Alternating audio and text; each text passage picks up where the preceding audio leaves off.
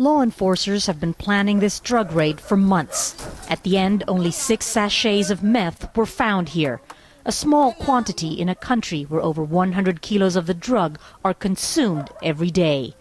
That's according to Myrna. She's asked to keep her identity hidden. For 15 years, she's worked as a fixer, putting international drug sellers in touch with local distributors. She's also a police informant. The Chinese are the ones who run the biggest syndicates here in the Philippines. It's through connections that they're able to come in. There are those transported in by sea. We also have our own factories here, and they just bring in the chemicals needed for production.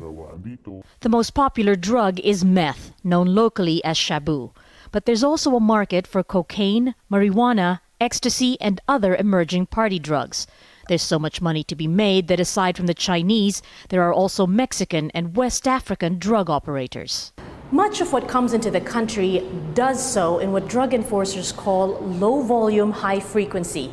That's small quantities carried by many couriers creatively, such as in the lining of suitcases, hidden in the soles of shoes, even in fabric roll, or indeed on their own person. The drugs are mostly consumed locally, and officials say many of the users are from less affluent communities.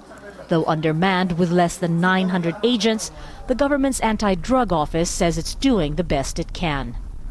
About 46% of the detainees are violators of the anti-drug law. So I think we're doing enough. But sometimes people are impatient.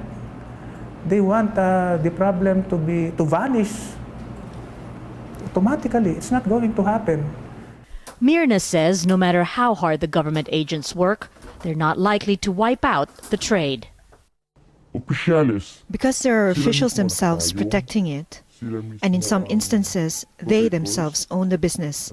So it would be hard to eradicate this because, for example, like me, if I am recognized, for sure I will disappear, wiped from this earth. But if you have money, you have the means to fix things, then you stay free. It all comes down to money, and there are millions of dollars involved. Law enforcers say they're aware the task isn't easy, but they're out to prove that despite the challenges, they can at least put a dent in the trade. Marga Ortigas, Al Jazeera, Manila.